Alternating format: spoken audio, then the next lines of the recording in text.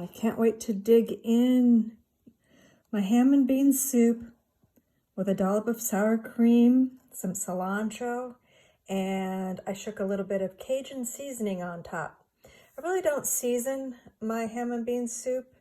Dan and I have a little bit different taste, and so, and you definitely don't need salt in this because the ham is salty enough.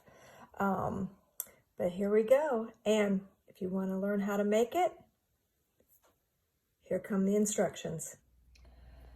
Okay, we're going to be making ham and bean soup, and what we have is some diced celery, some diced carrots with some freeze-dried garlic, and some diced onion. And we're going to saute that in some olive oil.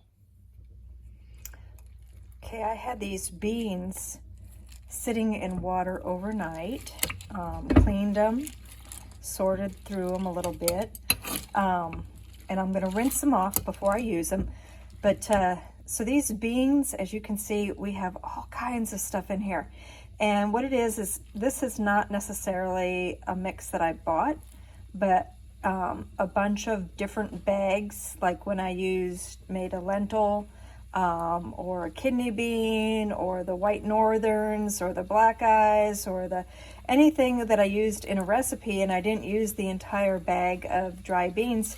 When I have just little bits left over, I put them all in one canister, and then I have a beautiful mix for my ham and bean soup. Look at there's all kinds of stuff in there. You can actually even buy a mixed bean bag, or make it yourself.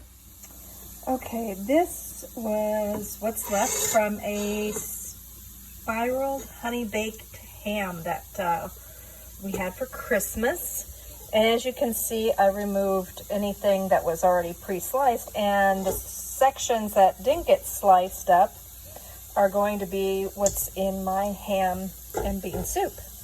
I'm leaving these whole for now, and then later after the cooking, I will cut them up.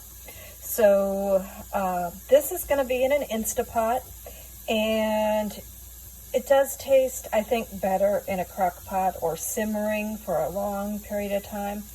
But unfortunately, with being off grid and relying on alternate power sources, crock pot is just not ideal for me. So we are going to use an Instapot. So we're starting with the ham, adding the cleaned and rinsed beans, added the vegetables,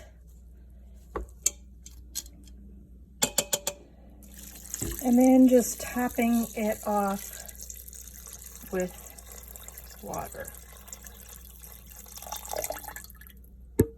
I add just a little bit more here in just a second, and then put it in the Instapot for about an hour. Okay, you want to have enough water in there so that the beans, when they soak it up, you're left with some moisture for your soup.